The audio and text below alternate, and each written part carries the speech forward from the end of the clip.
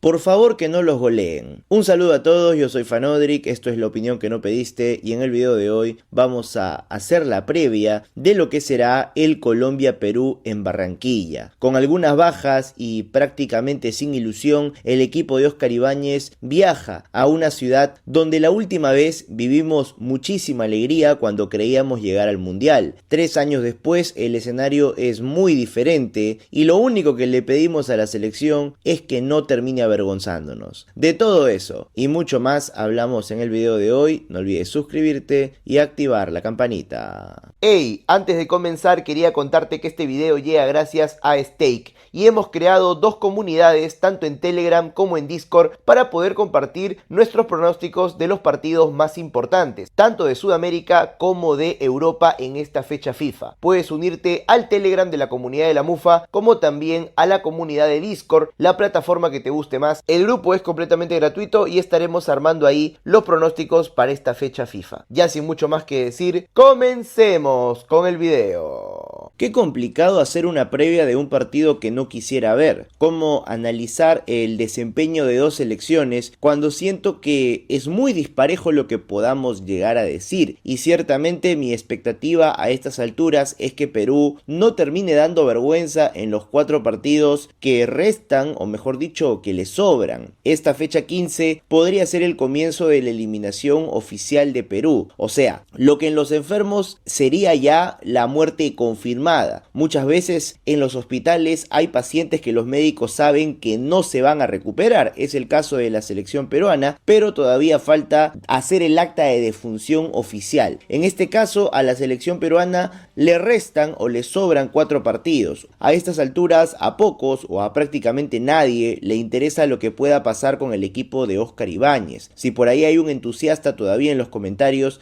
valoro muchísimo el corazón que todavía le pone a una selección que solamente ha regalado tristezas, ha regalado amarguras, y creo que muy pronto, muy pronto, nos demostraron que no estaban absolutamente para nada, ni para el sueño del mundial, ni para el sueño del repechaje, ni siquiera para ilusionarnos falsamente con que podríamos arañar el 7º lugar. La última derrota en Maturín dejó a Perú al borde, pero al borde del abismo, y para esta jornada a Venezuela le basta con ganarle a Bolivia para prácticamente haber sentenciado ya la lucha por el repechaje. Y a ver, en Maturín Venezuela no ha perdido, aunque parezca increíble, se mantiene invicto de local, y solamente con ese dato la Vinotinto debería asegurar su presencia en la próxima, iba a decir en el próximo mundial, pero al menos en el próximo repechaje los venezolanos dirán presente por primera vez en su historia. Intentaría restarle mérito a la primera clasificación de Venezuela, dado que van a ir al mundial por primera vez cuando ampliaron los cupos a 48 equipos, pero me voy a ver ridículo sacándole ese mérito cuando la selección peruana ni siquiera compitió por llegar ahí.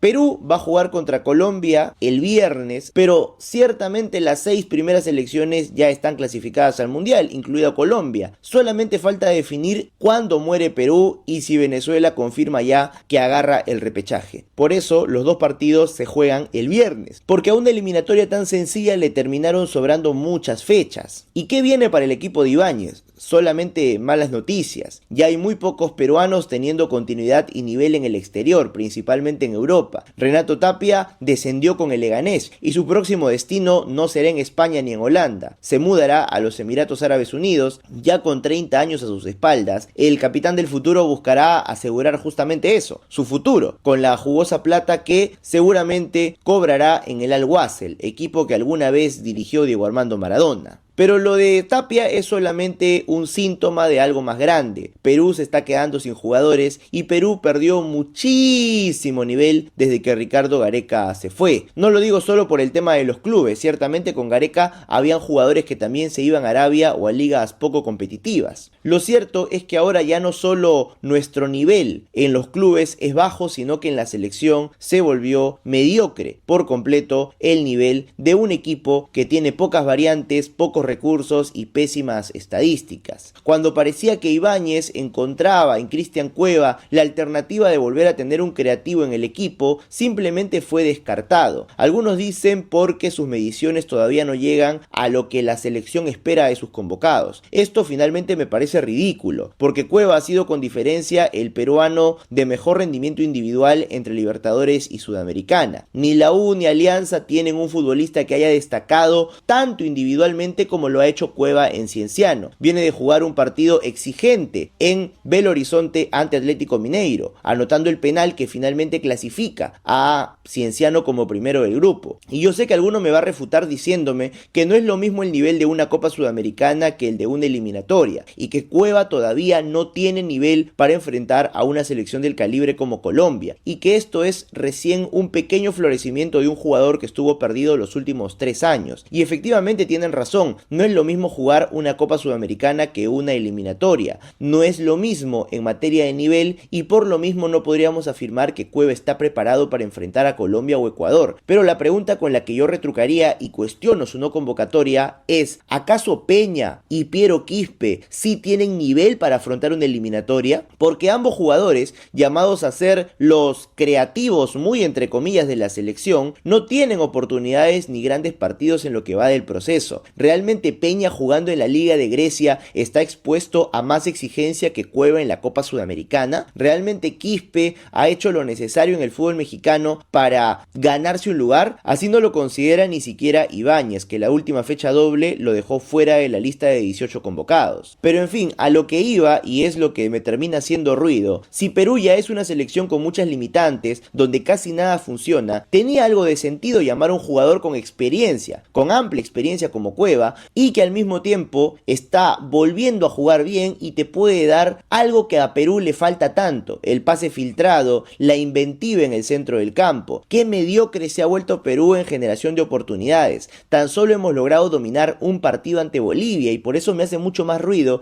y me molesta más que a Cueva, con todos los defectos que tenga, no le hayan dado una oportunidad.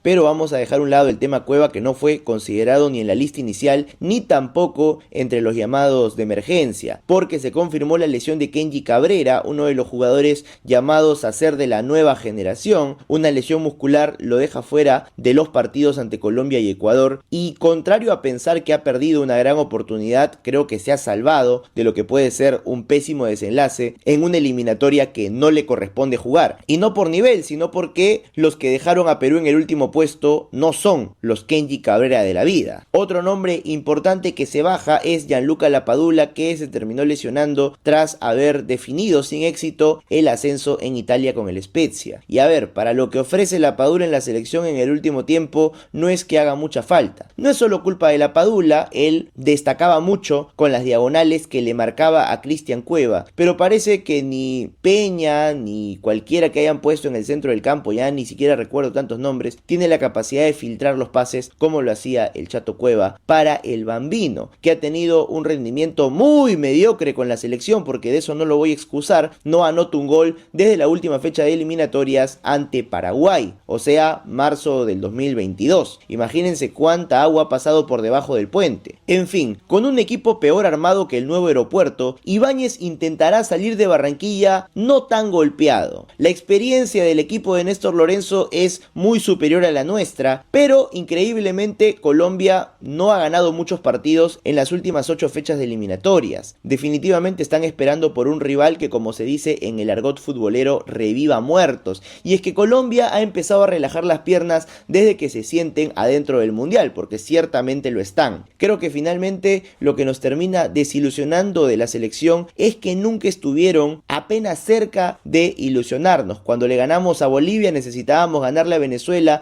para que las matemáticas nos digan que hay esperanza, que estamos cerca, respirándole en la nuca a los chamos. La verdad es que Perú en ningún momento de la eliminatoria compitió, en ningún momento de la eliminatoria estuvo cerca de acercarse a los puestos de clasificación, ya sea por el nivel mediocre ofrecido por Reynoso, continuado por Fossati, y al borde de la resignación Oscar Ibáñez. Como dije hace algunos videos, cuando hablábamos del Perú-Bolivia, del Perú-Venezuela, lo mejor que puede hacer Ibáñez es recuperar un poco de la esencia garequiana que tenía este equipo, ponerlos en un piloto automático que quizás todavía recuerden cómo funciona, pero al dejar fuera de la convocatoria Cueva, ya no puedo llamar a Ibáñez un técnico garequiano. Si Ibáñez fuera lo suficientemente garequiano, habría entendido que esté como esté, Cueva le puede dar algo que ninguno de los jugadores convocados le puede dar. En el reemplazo de Lapadula y Kenji Cabrera, llamó tan solo a Max Loren Castro, un jugador de 17 años que no lo subestimo por su edad, sino por su actualidad. No está jugando en Sporting Cristal, en un Sporting Cristal que está en pobre nivel,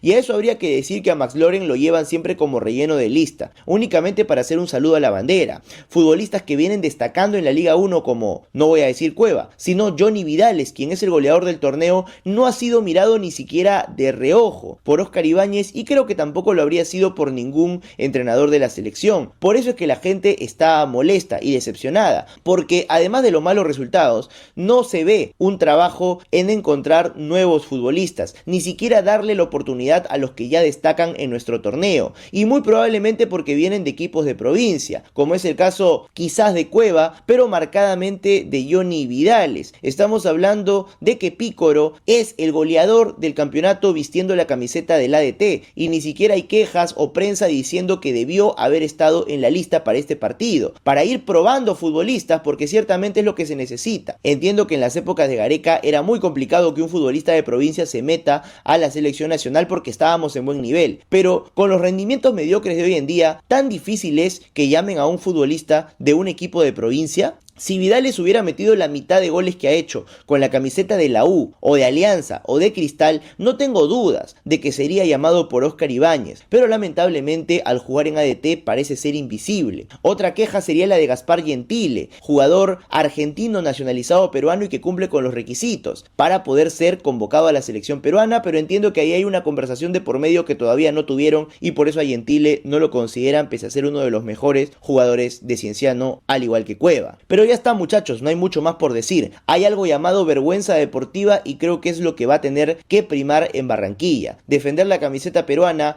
con la guardia arriba, entendiendo que el rival es mejor, pero que tampoco podemos regalar la cara para el knockout.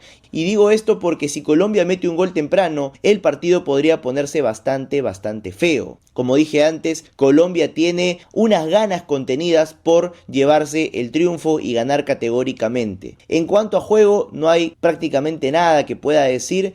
Perú no tiene identidad de juego, no hay cómo esbozar un intento de partido cuando no hay rumbo, cuando no hay conductores. Quizás Carrillo un poco por un lado, intentando encontrar a Guerrero, que a estas alturas ya no debería estar en la selección por el simple hecho de que daña su imagen en una eliminatoria que no le correspondía ya jugar. Pero ahí está, es lo que hay, es lo que resta. Me gustaría ver más a Luis Ramos que a Guerrero, para ser honesto. Me parece que ya Guerrero cumplió con la selección con creces, y después del partido ante Venezuela, ya casi con nulas opciones de clasificar, hay que empezar a dar rotación y que jueguen los Johnny Vidales, que ni siquiera han sido convocados, pero sí los Luis Ramos, que vienen anotando goles precisamente en Colombia con la camiseta del América de Cali. Como digo, espero estar completamente equivocado y ver el mejor partido de la selección nacional, pero eso es solamente un deseo personal. Y bueno, eso ha sido todo por el video de hoy. Muchas gracias por haberme acompañado hasta este momento. Y ya está. Dime tu pronóstico en los comentarios. Quería contarte que en Stake, si usas el código FANODRIC y crees que Perú al menos anotará un gol, puedes llevarte una promoción muy especial. Ya sin mucho más que decir, te invito a que te suscribas, dejes un like y actives la campanita. Me despido, como siempre, toda la vida. ¡Arriba Perú!